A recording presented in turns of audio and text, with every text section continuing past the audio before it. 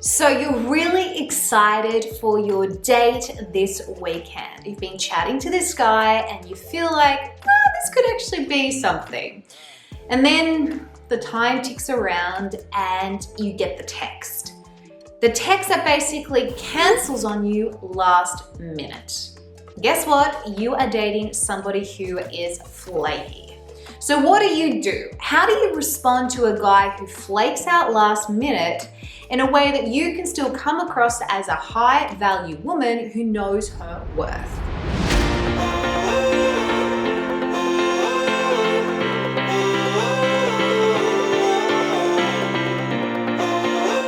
Hey everyone, welcome back to my channel. I'm Renee Slansky. I'm a professional dating and relationship coach, and I help women from around the world date smart and strategically, break toxic cycles, and know how to set their standards to set themselves up for love. All right, let's talk about those flakes out there. And I'm not talking about the chocolate. I'm talking about those guys that, seem to have a lot of potential. Maybe you've even gone on a couple of dates, but then they start to be wishy-washy. They say they're going to go on a date with you and then they cancel last minute. Then you give him a second chance and he does it again. And you're in a position where basically you're over it. So how do you make sure that you don't keep getting your hopes up or keep entertaining someone who clearly isn't ready to invest in you? Now, before I jump into these really practical tips on what to do and what to say, don't forget to subscribe, give me a thumbs up, and drop a thanks Renee down below if this is helping you. Okay, the first thing that I want to say is this, ladies. What is really key here is prevention, not adaption.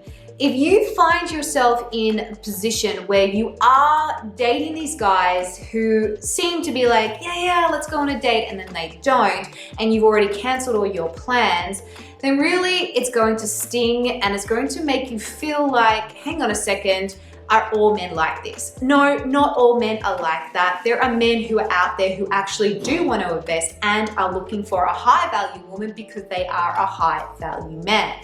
So what we need to do is almost safeguard yourself so that you can assess his character and assess his level of investment first. How do we do that? All right, for instance, if he says to you, I would love to take you out on a dinner date or drinks on Saturday night, do you think you're free? Instead of just being like, yes, I'm all in, or playing it cool and then canceling all your plans and basically planning your wedding in your head, say to him instead this. Sounds like a great idea. I would love to go on a date with you.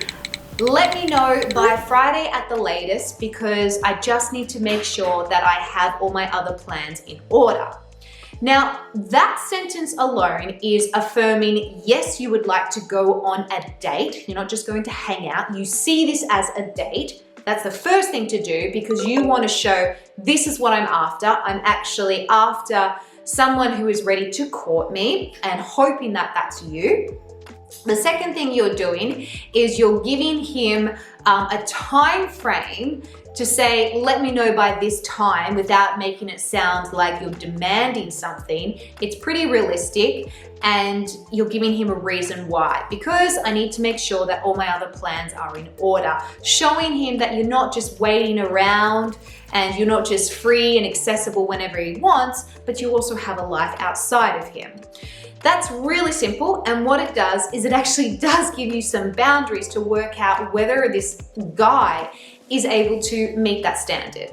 Now, if it comes around Friday and he confirms, fantastic. If it comes around Friday, you don't hear from him, maybe you've sent a message saying, hey, just checking in, and he still doesn't confirm everything, don't go and just sit around and wait for him to confirm. Continue on with your weekend. Continue on with your doing. Don't put your life on hold for somebody who cannot be bothered to text back or follow through on their word.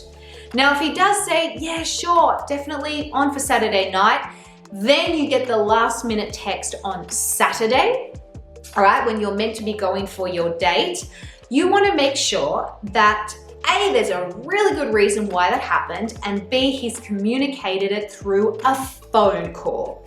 okay? This is key, ladies. Having him just kind of text you shows that he thinks it's okay to be able to escape some sort of accountability when really, if he did plan something with you, he confirmed it and then he bailed, it deserves at least a phone call. Now, if he does call you and gives you a legitimate excuse, then I think that's fair enough. We need to have some sort of grace period. However, if you're finding that he's constantly doing this, then you need to communicate to him that you're not somebody who dates pastries. Because pastries are flaky, right? And maybe that's something you want to say to him. Next time he says, hey, well, how about we do a date then? Say, look, I really liked getting to know you, as in past tense, liked. However, I just don't think that we're on the same page here, and I don't want to be kept being stood up or cancelled because I don't appreciate it. And that's simple. I think often we feel like we have to just accept that behavior, or we need to be like, oh, sorry, you know, like I like you, but, and we go into this apologetic mode. When ladies, you can actually communicate straight up in a kind but assertive way that you're not ready or willing to tolerate that behavior.